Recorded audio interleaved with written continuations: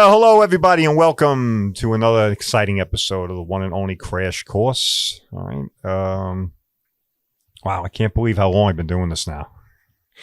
I just thought about that over the weekend.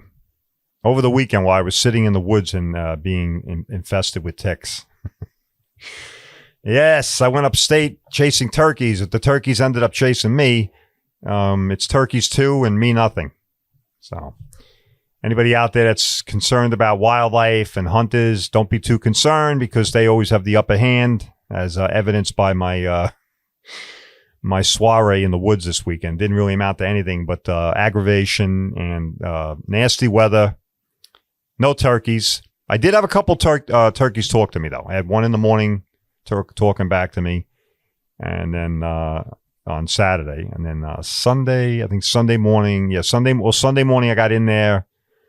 Let me see. I got in there, I guess about first light. Didn't have anything working. And then about 7:30-ish, 8:30-ish or so, we had me, nobody else, just me. And there was a turkey talking back, and he never came in. So I don't know what was going on. I guess they had their girlfriends. They had all their lady friends with them, so they weren't too interested in what I had to say. I don't know. But I guess that's why they call it turkey hunting, right? And not turkey getting, all right?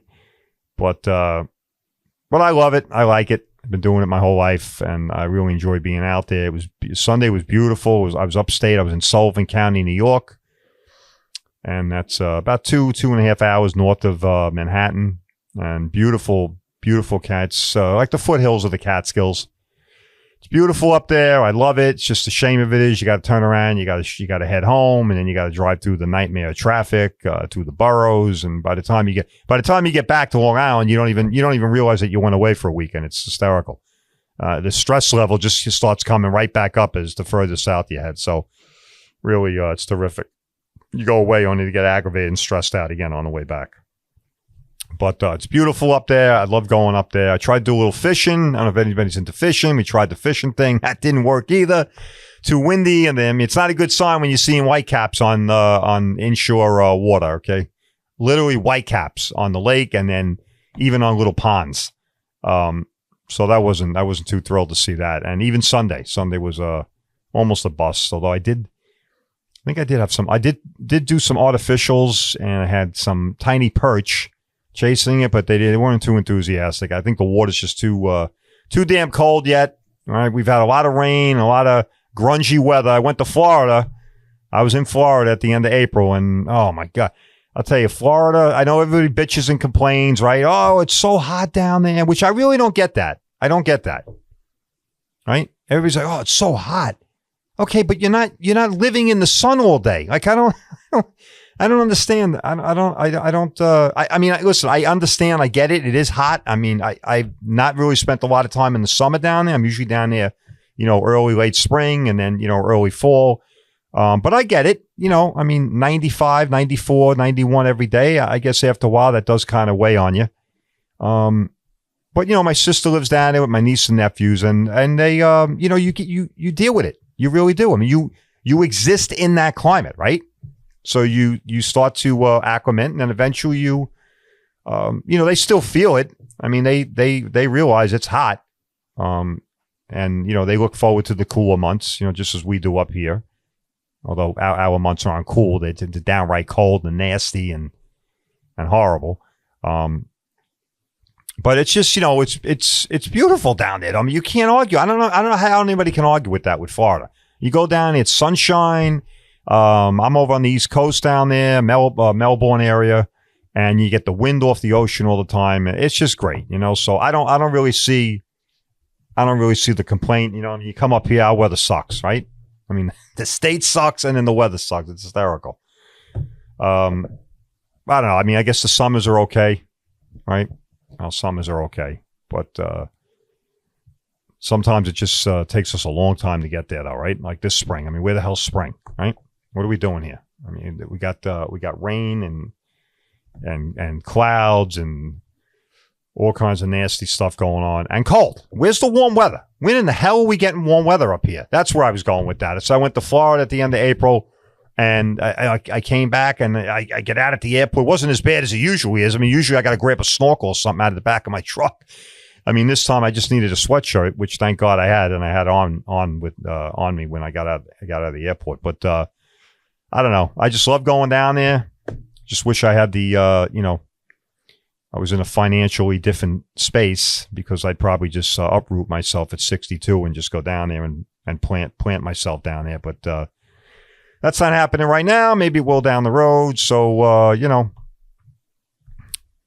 that's what I think about that. All right. But anyway, that's what I had going on. We did have a guest. I spoke about this in the last episode, right? We had Chandler here from V&J Auto Body. I want to say a couple of things about V&J. Okay. V&J Auto Body is and has been for quite a while now one of our primary sponsors of the show, and we love V&J Auto Body. Thank you very much over there, guys. Chandler Ravone and his dad, James, who are the new owners. Well, they've been owners now for about 2.5 years. Maybe 2.5, maybe 3 years. Anyway, but they've been very supportive. Even the old owner, John, was very, very supportive. I mean, if you've followed us from the very beginning here on Crash Course, right? I was on the radio at first. We had quite an evolution over there, right? Going from recorded stuff to live stuff, and and then breaking out the podcast. So V&J Auto Body has been with us from the beginning. They really have. I mean, come to think about it, shit, they really have. All right. Which is probably 4 years now. So we're very grateful for that, and we're grateful for their continued support. And V&J Auto Body, folks, I got you've heard me talk about them. I work there. I'm a writer,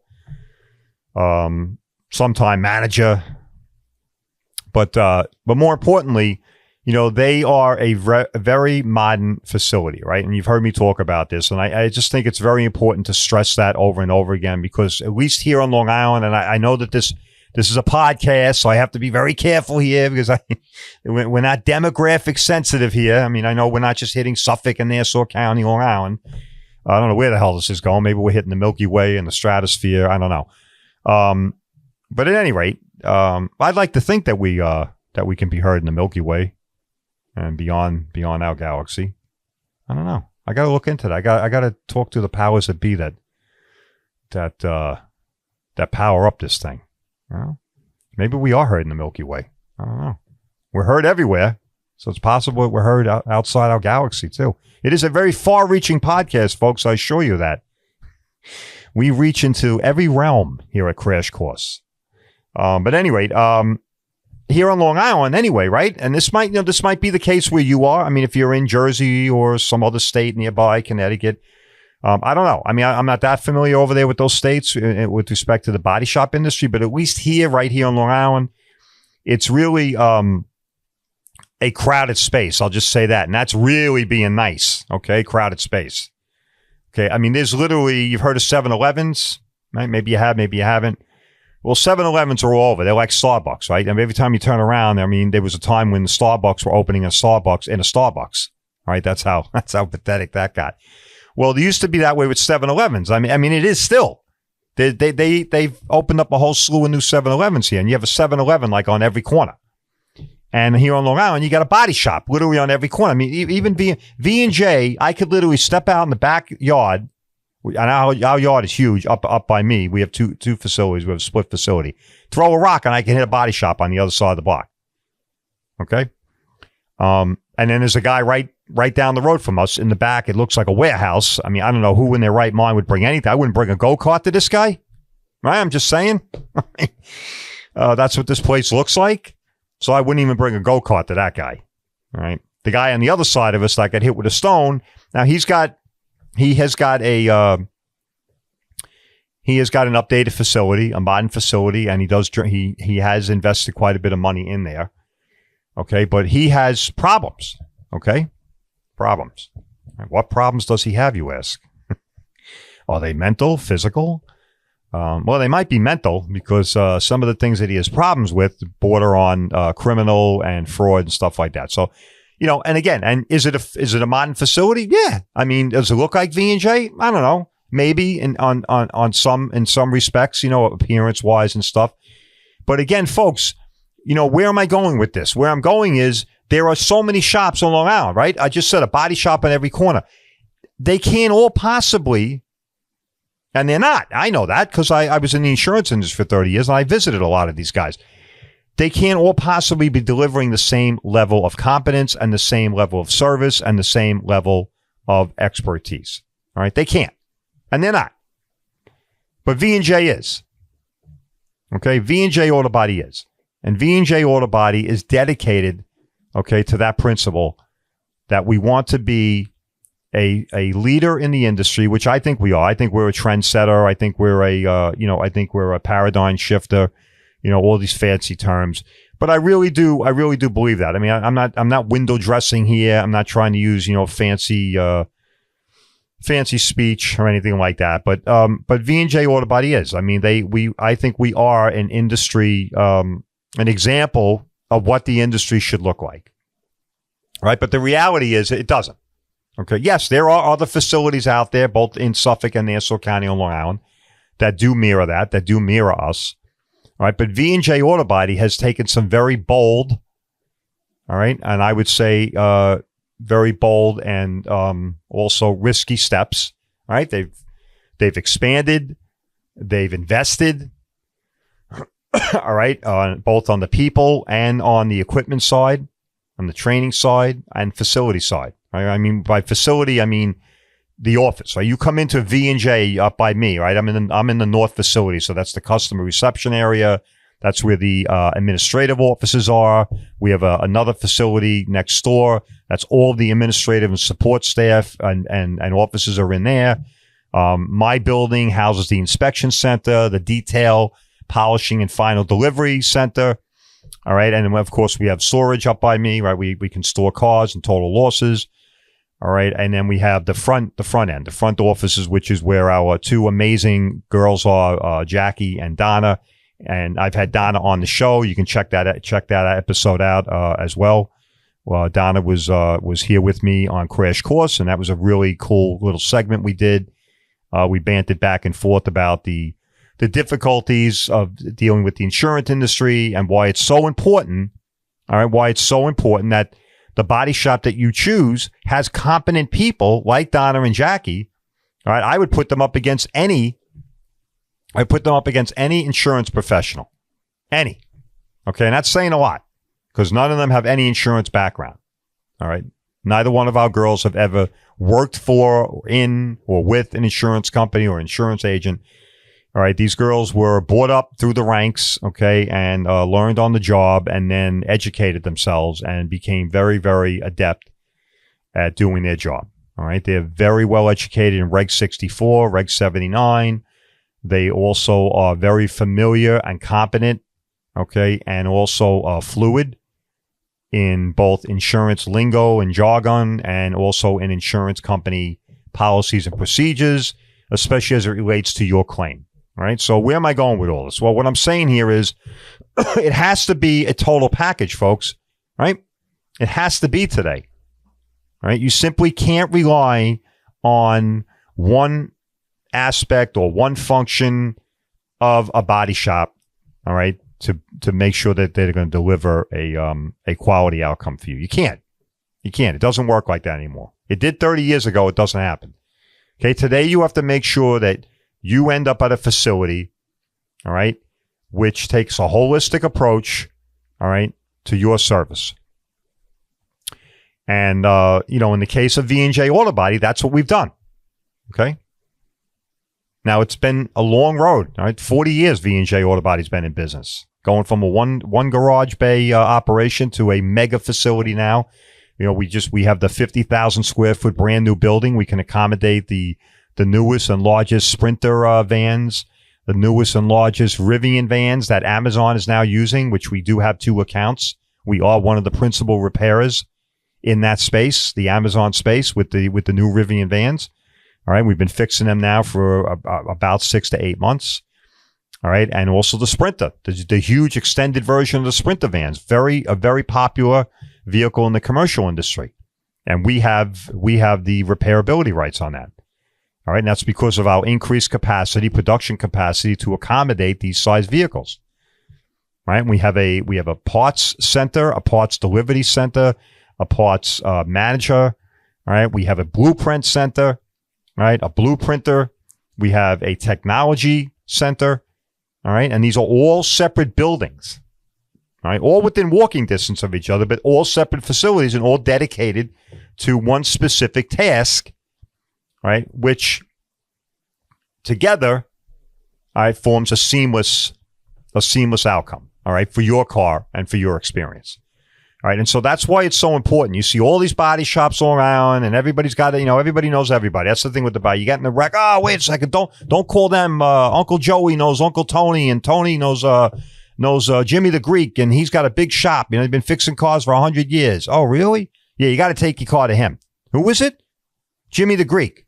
Oh, I thought you said Tony and Anthony. No, Anthony knows Tony, and Tony knows Jimmy the Greek, and that guy's the one who owns the shop, and he's been fixing cars for 90 years. Oh.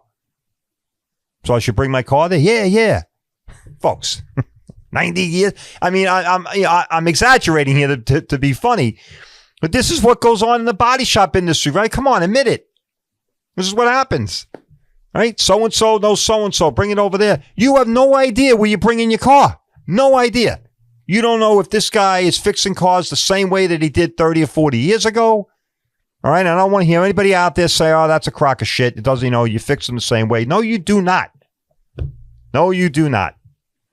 All right? Sorry, folks. You do not. Yeah, okay. Do you want to make the argument that if you're a body technician, you got to grind the metal, stretch the metal, you got to try and rearrange the molecular structure in the metal again as close as possible to reform the... Yeah, I get all that. But folks, here's a dirty little secret, okay? That these guys that are fixing cars the same way they did 40 years ago aren't going to tell you.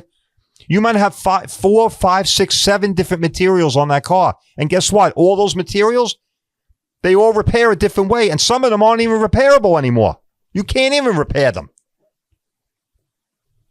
And I'll give you a case in point. All right? This is years ago already, too. Shit. I mean, time just flies. I'm at the body shop 10 years already. I was with USAA, a very great company. I was there for quite a while, over 14 years. And I can remember driving up to this shop, what I would consider a hole-in-the-wall shop now. I'm obviously not going to name them. It was up in an area called Brentwood, Long Island. And I knew these guys. I mean, I knew the original owner going back to 1986. And when you pull up to this place, okay, this is the land that time forgot. Okay, I'm just saying. I mean, you pull up, it's the land that time passed by, man. But there they are. This was 2010. 2010, and they were still fixing cars. And it looked like, it looked like Helter Skelter outside and Dracula's dungeon on the inside. Okay. I'm just trying to give you a visual here. So, and I had a Ford Escape, okay, which at the time was a fairly new vehicle. I think Ford had just started putting that car out. Well, guess what, folks? Okay. We walk over there. We look at it. Unbeknownst to these guys, right? The Ford Escape had some literal space age materials in it. All right. I still remember this to this day, because I was absolutely flabbergasted by this. We're looking at the car. The car was hitting the front, and it had these rail extensions. And the shop looks at me, the shop owner, and he says, "Well, what are you going to do with the rail? You got to give me time to pull the rails, and this and that." And I looked at him. I'm like, "What are we pulling? Right there. It's bent." Okay. So what he wanted me to give him time to pull was a thing called boron. Okay. The rail extension was this big. I still remember. It was this big. And I looked at the guy. I go, "You want to pull that?" He goes, "Yeah." I said, "You know what that is?" He goes, I don't know. It's, it's metal." No, it's not metal. It wasn't metal, folks. It was boron. Boron. Now, I'm no alchemist, right? Or a chemist or a metallurgist. But boron is one of these, the way it was explained to us, boron was one of these composite type of materials that was born out of the space shuttle program. From what I understand, it was literally utilized in the exterior and also heat shield and stuff like that. Again, I'm no chemist, no metallurgist. I'm nothing, right? I don't know anything about that. I'm not a mechanical engineer. This is what was explained to us when we did our training. Boron, okay, has incredible compression strength. What I mean by that is you could push and push and push, and that baby's never going to do anything. It's not going to collapse, not going to crush. Hence, that's why it was put on the front of the car. It does, however, have very little what's called tensile strength. What's tensile strength? Tensile strength is the ability for something to resist snapping or cracking in a lateral shape, right? So you have the rail like that.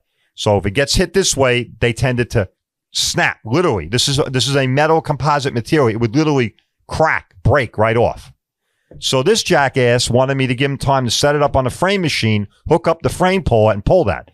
I said, you would have just snapped the thing right off. Okay? So that was a classic example of why it's so important, folks, today that you understand why your car, well, let me start where your car is getting repaired and why they may or may not want to repair the car a certain way. Okay? This guy literally had no idea what the hell he was dealing with. And he was dead serious. Dead serious. Okay? Also dead dumb. Right? You're going to attempt to fix a car. You don't know what the hell you're even looking at. Pull. Pull what? I said to the guy. What are you pulling? It's boron. What's boron? It's just a metal. Yeah? Okay. Put your frame machine on and pull. That thing was snapped right in half on him. All right. Now, I knew that because as an insurance adjuster, we're required to have continuing education and all this other shit. They're not. Can you believe that? By the way, folks, in the state of New York, the jackasses up in Albany and in the government stuff, because it's all about money here, they're not required to have any. They're actually fixing the car, but they are not required to have any continuing ed. They don't have to do any iCar, which is an industry. It's an industry, basically. What I would say it's an industry training type of thing, but they're also like a watchdog. All right, so it's kind of like self-policing the industry. I think it's called the Interconference on Automobile Repair. They've been around forever. I think they got this start in the early 80s. But all the insurance companies, for the most part, adhere to it. You have to attain a certain level, a certain status and stuff like that. Now, the shops can attain certain things also, but most of them don't because it takes money and it takes time. And like I've said before, both of which most shops don't want to be bothered. All right, but I digress. All right, I love that word. I don't know whoever created that word. I digress. Digress. I think it's a fancy way of saying I'm going back to where I started. At any rate, I digress. And we bring this back around again to the significance of knowing why it's so important to understand what's going on today and why you can't just roll into any shop. All right. But V&J Auto Body is not any shop. Okay. Everybody should be having their car fixed at V&J Auto Body. Now, of course, that's not going to happen. All right. But we want to educate the folks out there so that they can make the right decision, right? So you have the information. Remember what I've been saying here on this show forever now, right? What do we do here? We're giving you information and knowledge you need and can use and advice you can trust. I love that. I came up with that. I love that. What a mantra. But it's true. It's really true. I mean, that's what I've been doing here, and I love it. I've been doing it for 4 years now. I like to think we've been having an impact, but I got to tell you, I'm going to get to that in just a moment before we finish things up here. That's not really happening, all right? And I'm really getting pissed and aggravated because it should be happening. And unfortunately, I don't know where the traction is here. I mean, I know podcasting is a little different than the radio in that respect and a little disappointing, I think, personally, now that I've been at this. Radio, you do have the ability to figure out, who you're hitting, who your audience is. And when we were over at the radio station, it was a Long Island station, right? So we knew the demographic was Long Island. Although the way those jackasses ran the place, it wasn't even Long Island. It was like Suffolk County. And maybe a little bit of Nassau. That was a little bit of a joke. But anyway, technically we knew that it was, Long Island. So over here with the podcast, okay, I don't really know who the hell I'm talking to. You could be from, Texas, Wyoming, Ohio, Connecticut, New Jersey. I don't know. But at least here in New York, with like I said, with the volume of shops, it's you can't possibly, and I've said this before, it's not true. I mean, every shop, there's the majority of the body shops out there. And listen, and I don't want to, because there might be some body shop guys that hear me, and that's cool. I don't want them all getting all up in an uproar right now when I have to say, I don't mean shops don't have good intentions. Don't misconstrue what's being said here. Okay. I'm not saying that. I'm not saying that, that there's any unethical things going on. Okay, there are, but that's not what I'm insinuating here by making the case that you need to know where your car's getting fixed, why they want to fix it that way, how it's being repaired, and why it's so important that your body shop be able to check all of these boxes that I just went through. If they can't check all those boxes, you shouldn't be dealing with them, folks. You should not be leaving your car there. All right. And again, not to misconstrue what's being said. That doesn't mean that shop doesn't have, the good intentions, doesn't operate their business in an ethical manner, and does apply best business practices. They just simply may not have the knowledge base. They may not have the capital, which is a fancy way of saying money. Okay. And that's okay. That's okay. I get it. Believe me, the shop that I'm at now for 10 years, V&J Auto Body, hundreds and hundreds of thousands, folks. Okay? Hello, listen up. $300,000 just to get Mercedes-Benz certified to be able to work on aluminum structure and aluminum frames and stuff like that. Just Mercedes. Another $300,000 to be Range Rover certified. This is money, folks. All right? I'm not talking 300,000 peanuts or beans or anything like that. Money. I can assure you the majority of body shops here on Long Island, they can't afford that. All right? And that's okay. Right? I can't afford to live in Palm Beach. I'd love to live in Palm Beach. I'd love to have. when I was down visiting family, my sister had just bought a boat. It was a little North Carolina skiff. It was a 19-footer. Beautiful, nice little tough boat. And we were going down these canals and I'm looking, holy shit, I'm looking at these mansions. I couldn't even afford a tile on the roof. All right? Now, I'd love that. I'd love to live in that. Right? To quote OJ, I'd love that. I'd love to have a mansion like that and live in it, but I can't. And that's okay. That's okay. We can't. We can't all do that. We can't all afford that, right? We can't all afford to live like that. And God bless them. That's what makes the world go round. Right? People that are successful and wealthy, right? They invest their money, hopefully, right? They buy things. And that's good. That's good for all of us. It's no different than the body shop industry, folks. Right? Don't kid yourself.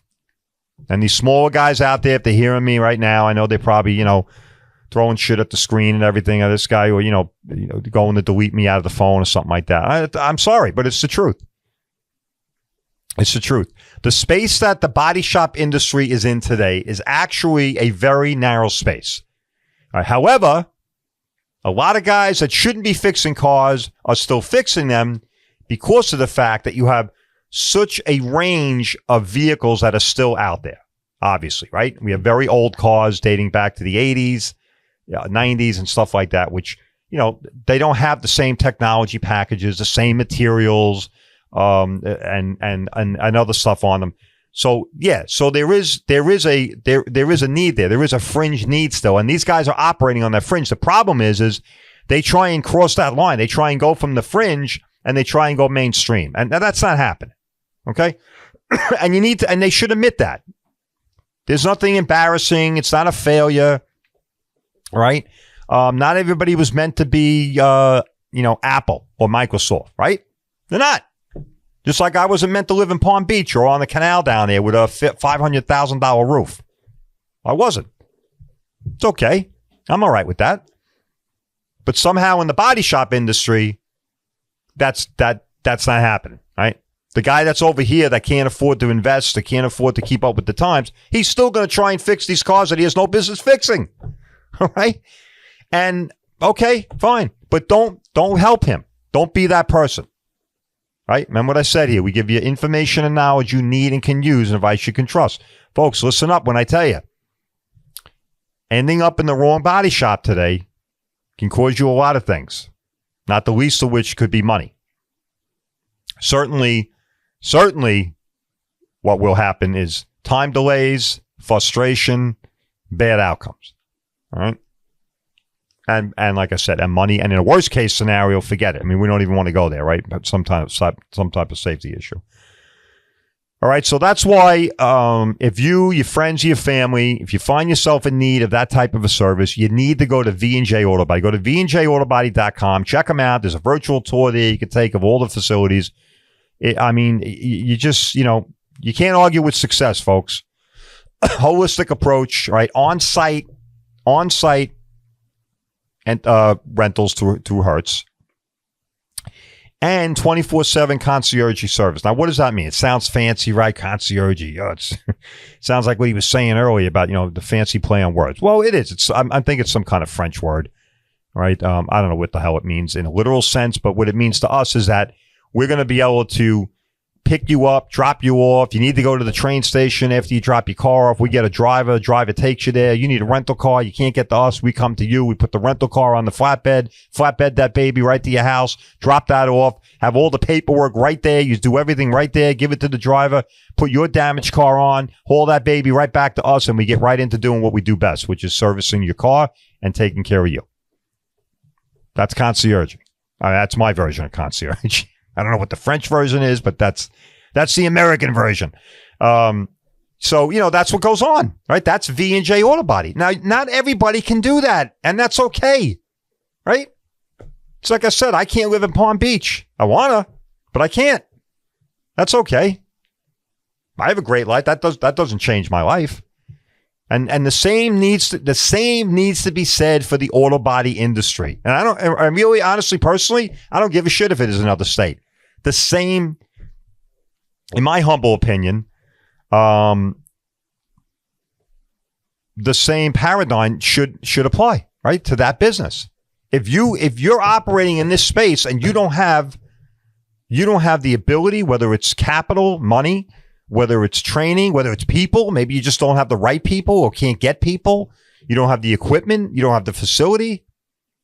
All right. Okay. No problem. But don't try and be this guy. Don't try and be V&J. Don't try that. Okay. Because you're not. Just be who you are, which is a smaller operator on the fringe of the business, fixing those cars that you can fix. That's all. No big deal. All right. But that's what goes on, folks. But you're not going to be that person, right? You're not going to end up there. You're going to end up V&J Auto Body, because I just got done explaining to you why it can be very, very unfortunate for you if you end up in one of these places where they don't have. And they're not. And a lot of these guys aren't going to be honest with you. Some of them are, but most of them aren't, because it always comes down to the almighty dollar, right? The guy's got 6 or 10 people working for him, and he's got one car in there for the rest of the week, and you show up with your shiny new Tesla or your shiny new Range Rover or Rivian or some other type of vehicle, even a Ford. Take a Ford F-150. It's all aluminum, folks. All right. And by the way, we're Ford certified for aluminum structure as well, and we're certified in the F-150. And you go, driving in there with your shiny new Tesla, and the guy's like, oh, I can fix that. It's a bumper and a fender, and that's it. Okay, great. Yeah, what he didn't tell you is you have to be certified by Tesla to touch their cars. Now, I'm not saying you can't put a bumper on, you can't put a headlight on. You can. But guess what? When you disconnect everything in a Tesla, it doesn't come back on. Okay? Can't get the car to be roadworthy again. That's when I get the phone call. That's when they call us and say, hey, we fixed the car, but it's not running. I don't know what's going on. It won't start, or it won't run, or we can't get the lights to go off. And that's when we give them the dirty little secret. That's because you're not supposed to touch the car, right? But they did. Now, if that's you, that's a problem, right? Because if I'm too busy, guess what? Your car is not having priority. Okay, I don't know who you are. You ended up at this guy's facility, and he screwed everything up, and now I have to come in and try and plug in the Tesla toolbox, which costs me almost $7,000 a year to be part of. Okay, on top of the $300,000 we had to invest in all the other stuff to become certified. I have to drop everything and fit your screwed up car in so that I can get this back to this idiot so he can deliver your car. That's not happening. It's not happening, folks. All right, this is a real world. My customers come first. So that means I'll get to your car in a week, 2 weeks, right? That's a problem. So don't be that person, though, right? You're not going to be that person. You just got done listening to me here. You can go to VandJAutobody.com. You can give them a call, 631-226-0070. All right, and you get to meet little old me. How great is that? And we're going to between myself, my partner, and Donna and Jackie, you are going to be handled like royalty from, well, royalty. I hate royalty. We're not royalty. We're Americans. You're going to be handled like family from beginning to end. And it's a seamless transaction. And we've been doing this for so long. I mean, between me and my partner in the back, we've got probably 54 years experience in the insurance industry. The girls up front, between them, they've got maybe 25 years in the body shop side, and that involves dealing with the insurance company and everything in between. All right, so go to V&J Auto Body for all your problems. Hey, before I end it here, I want to say one thing, because I kind of briefly glassed over this in the middle of my rant here. About dealing with the insurance companies, okay? And well, it's not even dealing with the insurance companies. I think what I glassed over was the message that we've been giving, right? I say this with complete sincerity and really, and with heartfelt dedication, okay? And I've been doing it for about 4 years now. And I really mean it when I say that we're trying to, we're trying to educate people. We're trying to help you, all right, help the folks, all right, like me, all of us, because in the insurance space, okay, in the insurance industry, ignorance is not bliss. Now, you've probably heard me say that, but I'm sorry, but it's a good cliche here, because the more ignorant you are, all right, the better it is for the insurance guys. It just is, all right. And today, it cuts like a knife, folks. It really does. All right? Because between the technology, all right, and the technology and lack of understanding have come together to form a perfect storm with the consumer. They really have. All right? Case in point is this thing about photos. See this thing here, your phone? So the insurance companies have utilized this phone to their advantage for probably the last 3 to 5 years now. Okay. And what I started saying about how I'm sincere about, being able to help the folks and everything, I really am. And I'm very dedicated to that. And I really think that, that what we do here, along with Collision Services Network, is really provide a service, because there are so many people. Right now, I'm 62. I'm a dinosaur, right? I'm prehistoric. I get it. I never thought I'd see the day when I'd be saying that about myself, but and everybody else is younger than me at this point. All right, everybody I meet, they're always a hell of a lot younger. That's when you're starting to get old, when everybody you meet and you talk to is a lot younger than you. All right, you know that you're heading into the sunset. But anyway, I digress. There's that word again. I'm telling you, what a useful word. But anyway, so I really do believe that, it's more important today than, and it's just a little cliche, than probably when I started in the business. Listen, when I started in the industry, the insurance companies held all the cards. All the cards. There was no Google. There was no Yahoo. There was no .com. There was no phone. There was nothing. People literally knew nothing about insurance, about procedures. Forget about their policy. I used to love that when I got into the claim side and they told me you have to, if the policyholder has a problem, please remind them that it's their responsibility to read their policy. I was like, give me a break. Who the hell reads the policy? And even if you did you ever read an insurance policy? If you're not an attorney, good luck. Now, I spent 3 weeks at claim school with State Farm, and we ripped that thing apart from front to back. So by the time I got done, I kind of gave myself a law degree.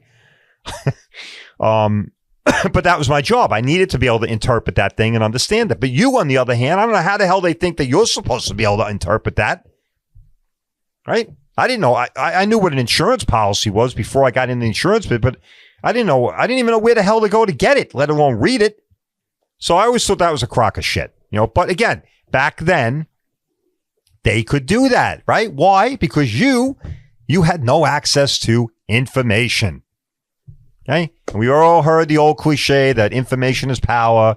And I like to think that I destroyed that one a few years ago on the radio by saying, no, information is power if, all right, and there's always an if or a but, if you know what to do and how to utilize that information. All right?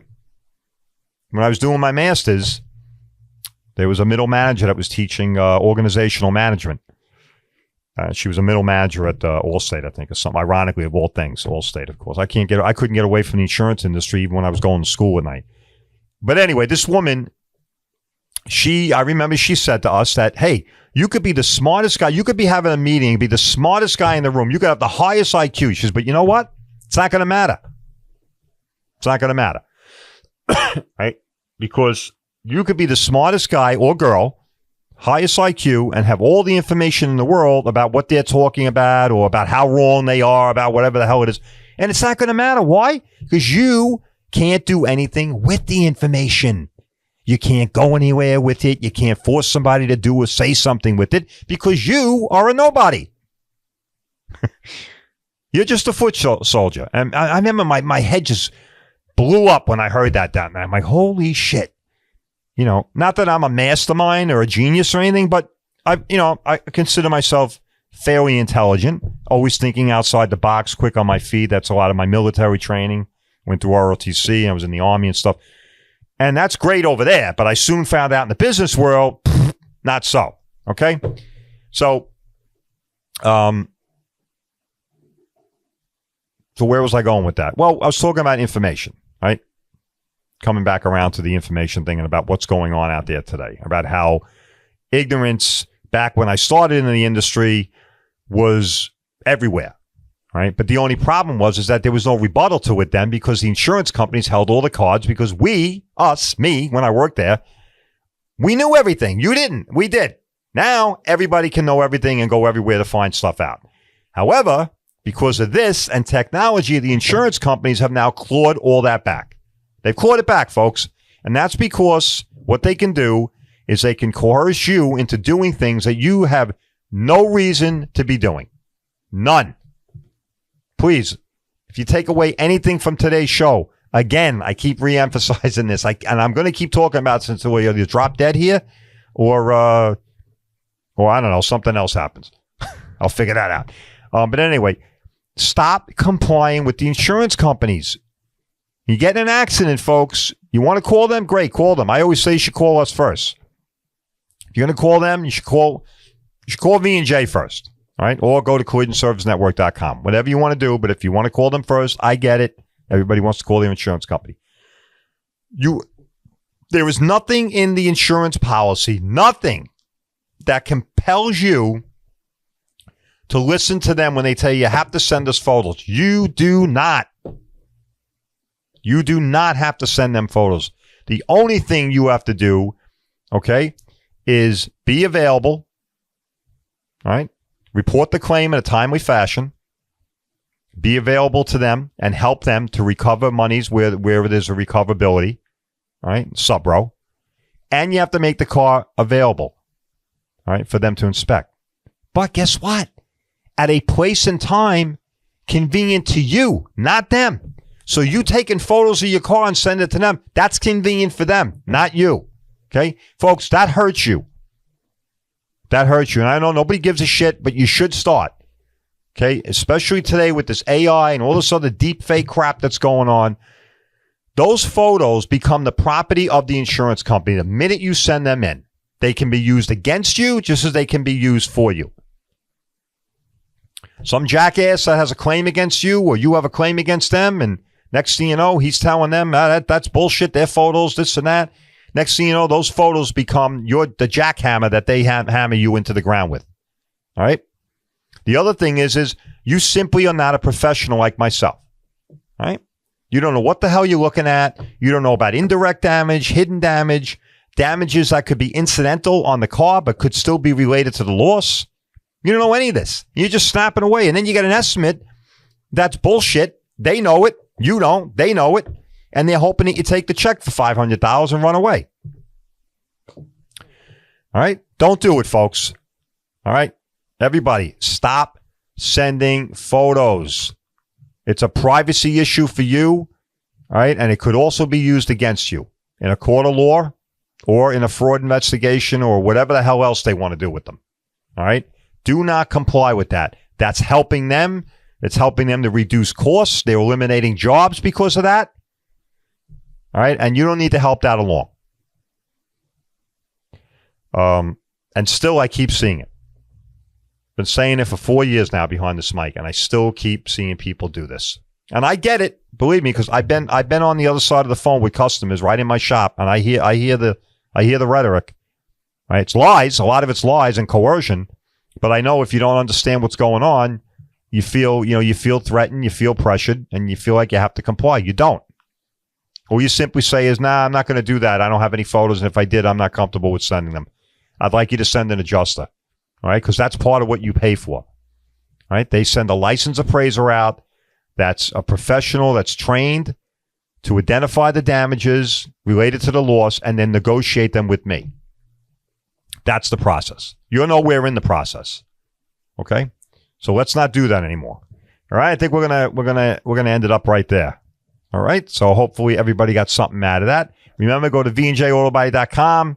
Anybody you know needs that kind of help, go there, give those guys a call. You get to see little old me, and we're going to make sure we take care of you the right way. Check you out next time.